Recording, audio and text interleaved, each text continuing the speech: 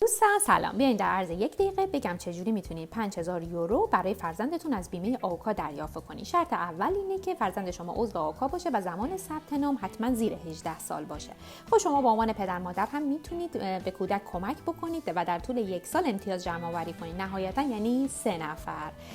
شما باید در سایر برنامه‌های جانبی آوکا ثبت نام نشده باشید و تنها برنامه جانبی شما همین برنامه باشه.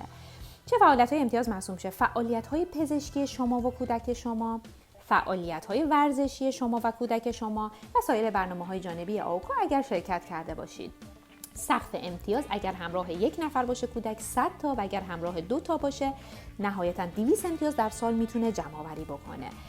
و مدارک ارسالی رو هم باید حتما تا پایان هر سال یا تا 28 فوریه سال بعد ارسال بکنید.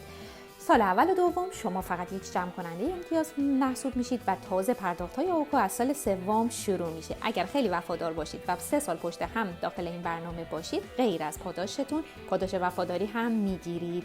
هدف اینه که شما انقدر برنامه رو رعایت بکنید تا پایان 18 سالگی 5000 یورو رو بتونید بگیرید. شما باید کوپن ها رو دانلود بکنید و این کوپن ها اثبات فعالیت های شما هستن. همشون باید مهر و امضا دار باشن. اشخاصی که باید تایید بکنن: پزشک شما، دندان پزشک شما، مربی شما، برگزار کننده مسابقه و این افراد. فعالیت هایی که امتیاز نمیگیرن فعالیت های غیر رسمی یا فعالیت هایی که خارج از مدت ارسال شده باشن. مرسی دوستان از همراهیتون. اگر ویدیوی کامل این موضوع رو بخواید، ویدیو کامل اون داخل کانال یوتیوب من لکس سارا کاملا موجود هستش. به تفصیل همه چیز رو توضیح دادم. اگر کانال من رو سابسکرایب بکنید و برای من کامنت بذارید، ترجمه های فارسی این فرم رو براتون ارسال میکنم. مرسی ازتون.